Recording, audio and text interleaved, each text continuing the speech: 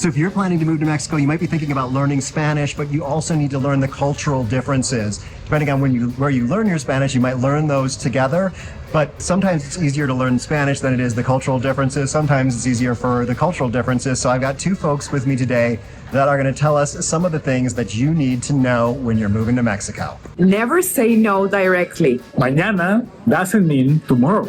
Be aware of the use of diminutives. Ahorita could be now or never. Always include respect words. Be careful when you wear a jacket in Mexico.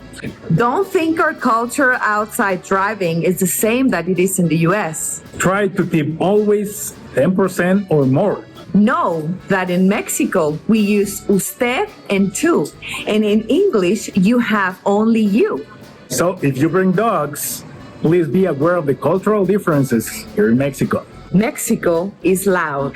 So you all just met Mayra and Daniel, and they are guides here in Oaxaca that help a lot of gringos to kind of integrate, get things like driver's licenses and whatnot. So we'll tell you more about what they do for their clients later. But let's get into this conversation about all the things that we just talked about.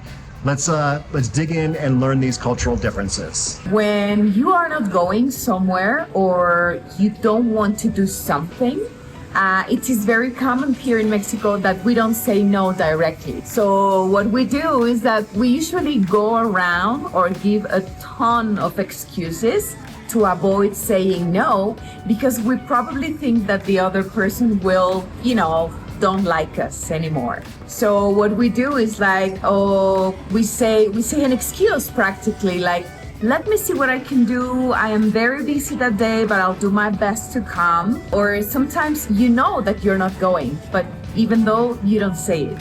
Even when you go shopping, and you just take a look at the clothes, you just take a look, and maybe the person will ask you like, oh, can I help you? Are you interested in something? Or do you want to buy anything? You wouldn't say no, thank you. You would say, oh, I'm just looking. Oh, I'll come back in a minute. I'm just going to the ATM and I'll come back with money. Just wait for me. And even though that's not true, it's something that we do here in Mexico, right? So we try to be kind, we try to be polite, we try to not say no, right? So this is something that you have to be aware here in Mexico. Sometimes we also have, even if you are in a restaurant by the Zócalo or somewhere public, people will try to come to sell you small souvenirs or something, or even try to beg, for money. So even if you are not giving them anything, you can say, no, gracias, not now, ahorita no, thank you. A la vuelta, next time, next time I see you, maybe. Yeah, this might seem like it's not that big. No thank you is pretty common in the United States, but it's much more important here. Actually, I felt bad. I think it was in Guadalajara, and I had intention to buy a shirt, and I said I was going to come back later to buy it because that was going to be more convenient for me. And then I was like, oh, do I really want that shirt? And I started to feel bad, but it's totally the way someone in Mexico would have handled not wanting to buy the shirt. They would have said, oh, I'll buy it later. So it's different, and it's something that you need to get used to if you're going to live happily in Mexico, because you'll be on the receiving end, but also on the giving end, and it's kind of nice. So let's go on to point number 2. So when we talk about mañana, tomorrow, in Mexico, we are not sure about tomorrow, right? We just say it because we don't want to say no to. So when we plan something for tomorrow, it might happen or it might not happen. So it's something that you have to be aware, because here in Mexico, we tend to say things politely and we say, okay, yeah, we can check it tomorrow, but maybe tomorrow we won't check it. So you have to be aware of that. Yeah, the phrase that I've heard is mañana does not mean tomorrow, it means not today. So you never know when something might happen if you get a mañana out of someone. The other thing I've noticed is that por cierto, I think, is certainly, like when someone's giving you a whole bunch of mañanas, if you get to por cierto, which is certainly tomorrow, it's definitely going to happen, that means it's definitely not going to happen the following day. When you speak with locals, being nice also includes using diminutives. For example, would you like to have some taste? Instead of saying, ¿quieres probar? They might ask you, ¿quieres una probadita? Or instead of saying, espérame, they could say, espérame un ratito, like a little while. And like that, many, many more. So yeah, so this when Mayra did this little thing, which means just un momentito, a very small moment. That doesn't mean a momentito. That doesn't mean a small moment. It means, just wait for a little bit. And that could be like if you're waiting in line for coffee and the barista's having a conversation with the person in front of you, you might get this little just one moment. And that could be a while. But it's okay. That is because they will spend just as much time with you when you get up to the front of the line too. So in Mexico, we love this word ahorita. What does that mean? It could be right now, right away. I'll do it in this moment, or it means never. So you have to be aware. For example, sometimes you will hear someone, oh yeah, ahorita lo checo, I'll check it right away. But that moment never comes. So sometimes, depending on the context, you will hear this word and you have to be careful. You have to be aware that maybe it's now and maybe you would never get an answer. You can also pay attention to the tone of the person, all right? Because if you say, I need you to come right now, like, ven ahorita, I want to do it right now, ahorita. That's the sound, you see the tone? But if you say, when are you going to study for your work? Ahorita is like later. So you can see and pay attention to the tone of the voice. So Daniel just used a word that doesn't exist in Spanish, checar, which can be conjugated. There's a couple of words that really are not Spanish words, but that are English words that are made into Spanish. So like to check on something is checar. It's not really Spanish, but this is Mexico. They take a lot of words that come down from English and Spanishize them. So they're even conjugated like a Spanish word. But let's check on that. So let's check on what's next. While trying to be polite, in Spanish, you will hear a lot of diminutives, as we mentioned before, but also some superlatives or words that might exaggerate something. For example, if you want to say muchas gracias, thank you very much, we can also say muchísimas gracias, like lots of thanks. We could also say this is important, es importante. Hey, pay attention. This is importantísimo, all right? So you can add extra punch to those words, or at least to try to understand it from the people around you. Okay, next up is the use of tú or usted. When talking to an older person, we use usted instead of tú. Okay, remember that here in Mexico, we have two words for the pronoun you. Usted is to show some respect, could be to your landlord, could be to an older person. And tú, it's for a person that you consider that you are in the same age or you are a friend of this person, okay? So we have these two words and you have to be aware of the use of these two.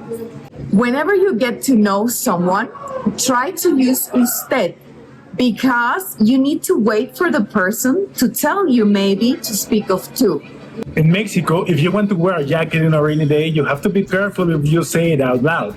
It turns out that if you say chaqueta, it's something totally different. We will make fun of it, okay? So words like chaqueta, words like cabeza, or words like chorizo can be dangerous here if you are close to Mexican people, okay? So you have to be aware of this because we love double sense and most Mexican people understand and will jiggle a little bit if you mention these words. Tips in Mexico will be highly appreciated.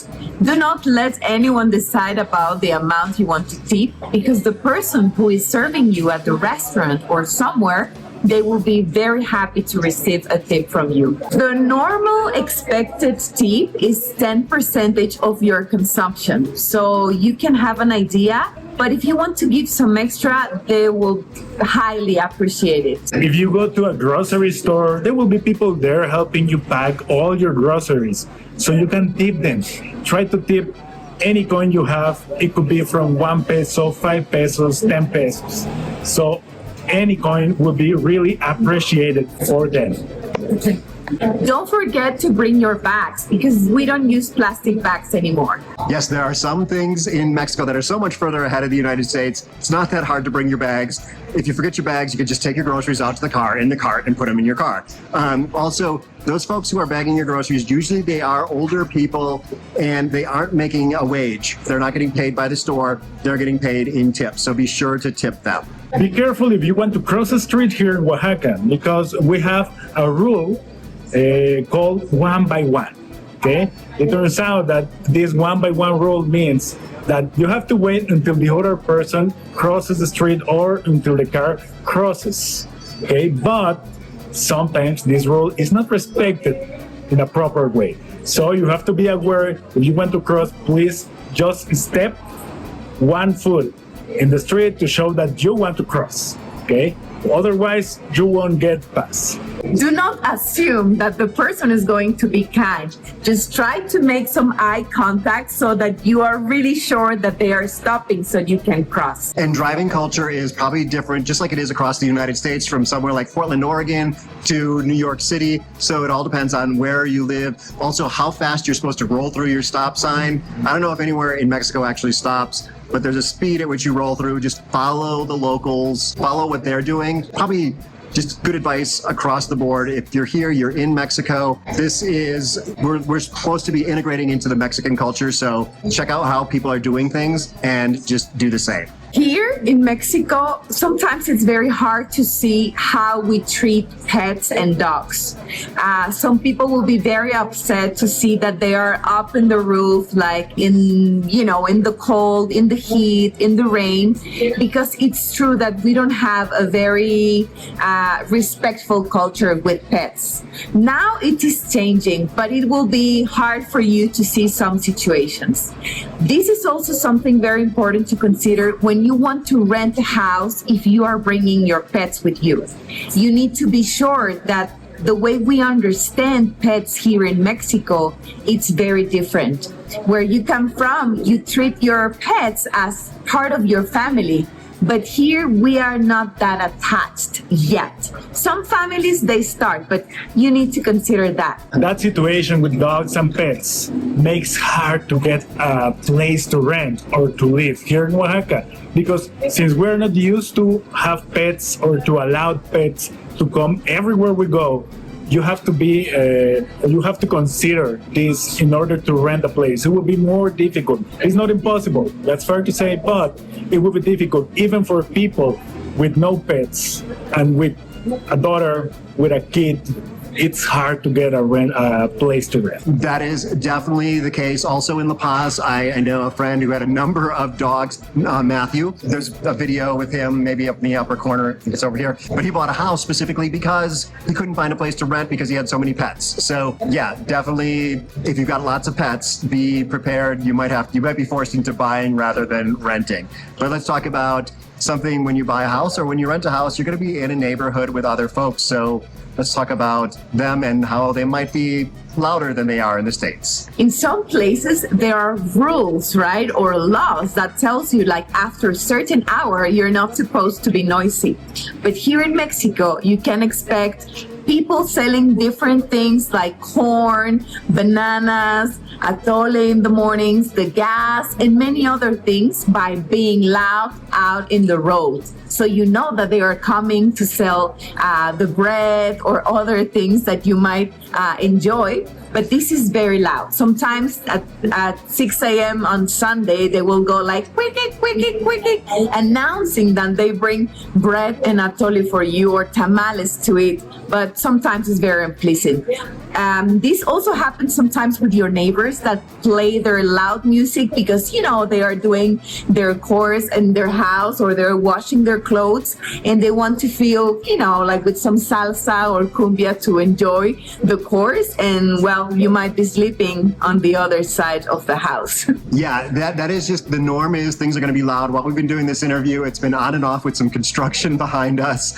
So it's just a louder country. And if you're going to have a problem with that, this one might not be the right country for you, or maybe you need to move into like some kind of enclave in like Nuevo Vallarta or something like that, some area that's been a little bit cleansed of Mexican culture. Those places exist here. Not what I'm looking for in Mexico, but yeah, plan on things being louder than you're used to. Chickens, dogs barking, music late into the night. Get yourself some earplugs, get yourself a sound machine, and just kind of like accept it. It's the easiest thing to do is just accept that it's going to be loud and have some white noise instead of getting all frustrated about how loud it is. So I've got one last thing that I just thought of, and I'm gonna see if you can figure this out. Okay, so this is me, I'm a gringo. Yep, exactly.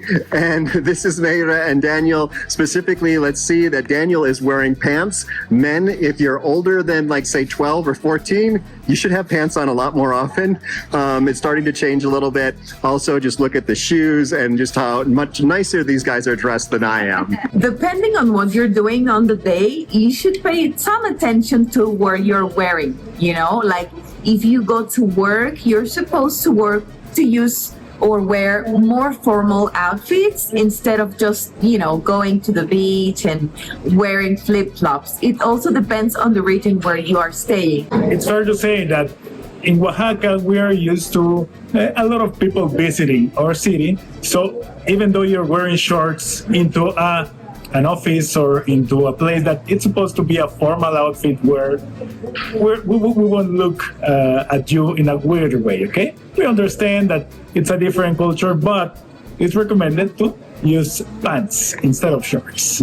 Yeah, one thing I've taken to doing, and I think I've even mentioned this in a video, was if I'm going to a government office or I'm going to some other type of place that's a little bit more formal or bureaucratic, is I will, you know, I'm going to meet my subdelegado, go home first and put on some pants, because it just shows a little more respect for the culture. So as we've been talking about in this video, lots of cultural differences here. Hopefully we've covered a bunch of them that you are now going to be able to respect.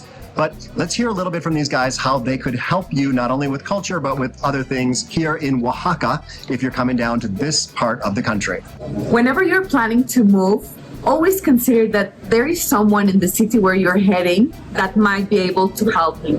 Not only bridging the language, but also the culture to provide you with some moral support and good information of professionals. You know, like if you need a dentist, if you need a doctor, if you need a lawyer, an architect, you really need to pay attention to who you are hiring. And well, this is what we do. Like if you want to find a house, for example, always try to do, you know, be safe and do not trust too fast, and try to find some professional help that, you know, whenever you get used to the place, you won't need. But, you know, I think it's worth to hire people in the city where you're heading. And actually, this is perfect. One of the sponsors of this channel is the Mexico Relocation Guide. And these are the type of folks you will find in the Mexico Relocation Guide for wherever you are across Mexico. Not only are you going to find a lot of the answers, but you're going to find the people that can help you out too, just like these guys. Well, there we go. Hopefully you got everything that you need to know. And if there's more to know, check out the Mexico Relocation Guide. Lots of free information, but also the guide if you want to go a step further.